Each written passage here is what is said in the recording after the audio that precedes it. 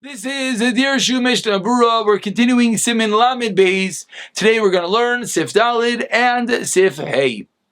And again, if anyone would like to partner in spreading this incredible Torah and sponsor a share, please be in touch. But we begin with Sif Dalid, which the Mechaber teaches us, Sarah Shlo Tidbak Shum Ois Bechaverta. Now we get into the nitty-gritties. No oises, no letters could touch one another. Ella. Kol oisia mikuf mukefes gvil, a very important term. Every letter has to be surrounded by parchment. If one dot of the letter is touching the next dot, that means the letter is not mukefes gvil, it's not surrounded by parchment, and that is a problem. Says the Rama, v'yichtav ksiva tama. It should be a pure writing. You should not even be lacking one little dot. One of the kites is that top thorn part of the yod. And as well, you need the tayagim. You need to have the crowns properly. It should be a bit thicker. You don't want it to erase. And therefore, other ways of ensuring that it does not erase. Let's over here see the Mishnah Berurah. It should not touch bechaverta's friend. Let's say the letter is large and it's touching the next letter. In a way, if you cut off that which is erased, a very important halacha. If you just make a teeny little hairline, you erase, you separate the two letters, but you're still going to have the complete ois after you do that. Yesh machshirim, yesh paisam. It's a machlokes, says Mishnah Berurah. V'eskira achrein lahachmer, says Mishnah Berurah, the achreinim are machmer. Al kain, so chlegra makom adavek. You got to be really careful. Even Tefilin mezuzros, you do such a fixing because it does not change the ois itself. Continues Mishnah Berurah, Sevkatin Gimel Kol Ois, says Mishnah Berurah, even the last ois in the line, has to be surrounded by parchment, from all four sides. This is even a dim b'diavad. As we're going to see. Even if the little top of the yod is running too high and it's not surrounded by parchment, that also is possible. Which we will get to. Cotton Yud Beis, when the Mishnah Berurah said that some are machshir and some pasel when the letters are touching, the nikuda that he was discussing over there was if you didn't erase it, but if you go and you actually erase it, that's what he says.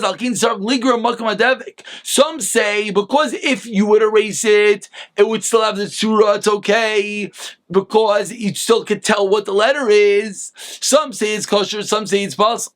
Meaning if you do nothing. Therefore, what do you have to do? You have to erase it, and then it's going to be kosher. And then the chiddush is ending off with that even by Tefilin and mezuzos, it's going to be okay to do this tikkun, even though you have to be kisidron, you have to write it in order. So you would think maybe this is not called in order. Why? Because the two letters were touching. You wrote your dalit and your beis, and then you wrote your gimel. The beis and gimel were touching.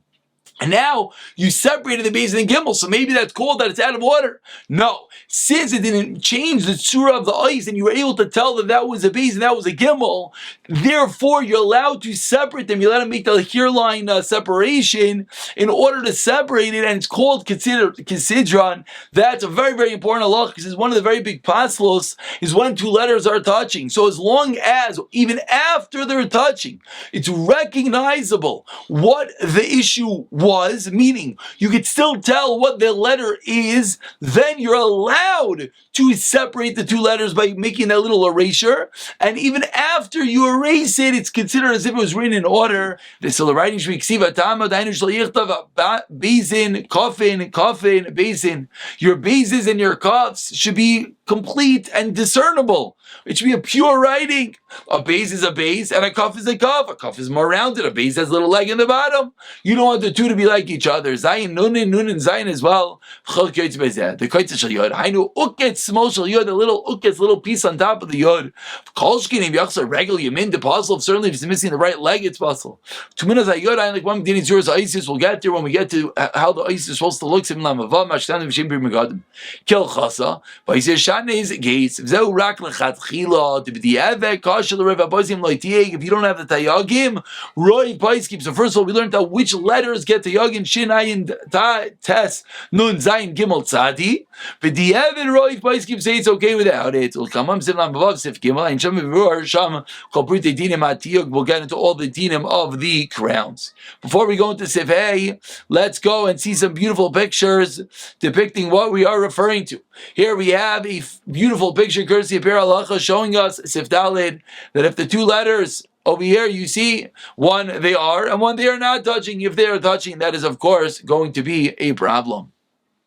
This is what the Ramah said. It should be a ksiva tama. It should be a pure and a beautiful writing. As you see over here, the bezes have this little leg in the back.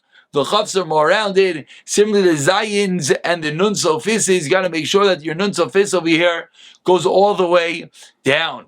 Continues over here, teaching us the Ramah and Siftala that taught us that the yod, you got to be careful. You got to have this ukitz on top, this ukitz on the bottom, and you don't want to be lacking them on the yod.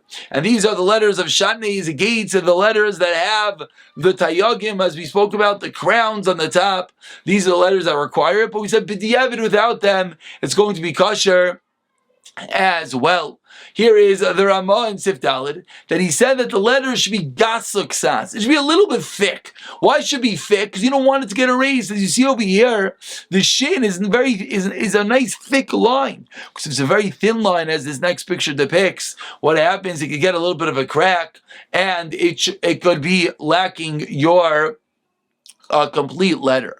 Continues over here, picture number 8 is Mishnah Berurah Sif Katan Yud Beis that we just learned, that when two letters are touching, if they're a little bit thick, what do we say? Shem Nigrar Marshadafek, if you just scratch off, you're going to still have the tzura, you'll still be able to read the letter as you see over here, some machshir, some pasol, and therefore, he said you should be machmir, and therefore, you have to draw. You have to drag the place that it is attached. Even in Tefilin and Mezuzah, it's going to help that, because it does not change the tzura of the ois. Over here, this is a Biur Halacha in which he discusses, we'll just see it from the pictures because we don't see the Biur Halachas inside, is what happens if the tagim touch, what happens, and if the two different tagim touch each other, will that help to erase it via scratching between the two tagim? And now we're going to go and see the Mishnah Berurah and the Shulchan Aruch on Sif Hey. Says the Mechaber Sif Hey, you have to write, you have to write the Tefillin with your right hand. If you go write with your ambidextrous, you write stam with your right hand. It's possible. If you can find someone that's a righty, and if he's allowed to write with his left hand. Says the Mishnah Berurah, wrapping up the days of Katan Yadzayin Shechtle B'Yamin B'Dein Derech Ksiva B'Smal. It's not the way to write with your left. V'Adin La'aslis Izeh Tikkun B'Smal, to make any form of fixing with your left hand, meaning Ksiva D'Psol D'Pasal. Aval Hafri Negiah Shabaisi is to separate two letters which are touching near the kasher field B'Smal. That's going to be kasher. That's as we'll see. Even people that are not allowed to write stam, they're going to be allowed to fix certain stam. Al Kobanim. B'diavad, b'smo with your left hand. Ani b'shal yamini levad. That's if you're a righty. Avlam shal b'shay yadav, says Mishnah Berurah Sif Katan Yud Ches. Fil kasa b'smo, it's going to be kosher. V'afilim shal yamini levad, that's you're a righty. And B'yavshalim Zavchem Yanicham Ach Lo Yavarich Aleim Shamika Bracham. That meaning if Tefillin is written with one who's a righty with his left hand and incredible feet, it's not optimal. But if you can't find someone else, you're allowed to wear those Tefillin. Just don't make a bracha. Let's say he's a lefty and he writes with his right hand, or the opposite. Because should not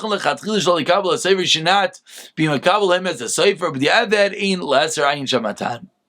Havi Yamin says Mishnah Berurah Sif Katan Yud Tes, a lefty, his left hand is like the right. Al Keinim Kasa B'Yaminoi, then it's possible. K'may B'Smol Dalmal Canal, as we've seen. Emefshalim Zachem, we can find someone else. But Kasa Harama says the Rama. He grabbed the quote with his lips because of the Rama said it's possible. Everyone agrees it's not the normal way to write. Because of I'm not going to from the apostle. If you can't find anyone else, it's still possible. I get my kosher. But in the Mashin Zeh Oya Koisi Baragla, the Koisi Biatzmal, they say no, it's as if you wrote with your left hand, if you write with your feet or your mouth, and therefore B'diavad it'll be kosher. So an interesting, fascinating case that we're concluding with today, that if you write with your mouth or your legs, so one has an incredible feet, Machlek is Rama versus the Mishnah Avram Shin Shem Mekushar, whether B'diavad, if you can't find someone else, whether it's going to be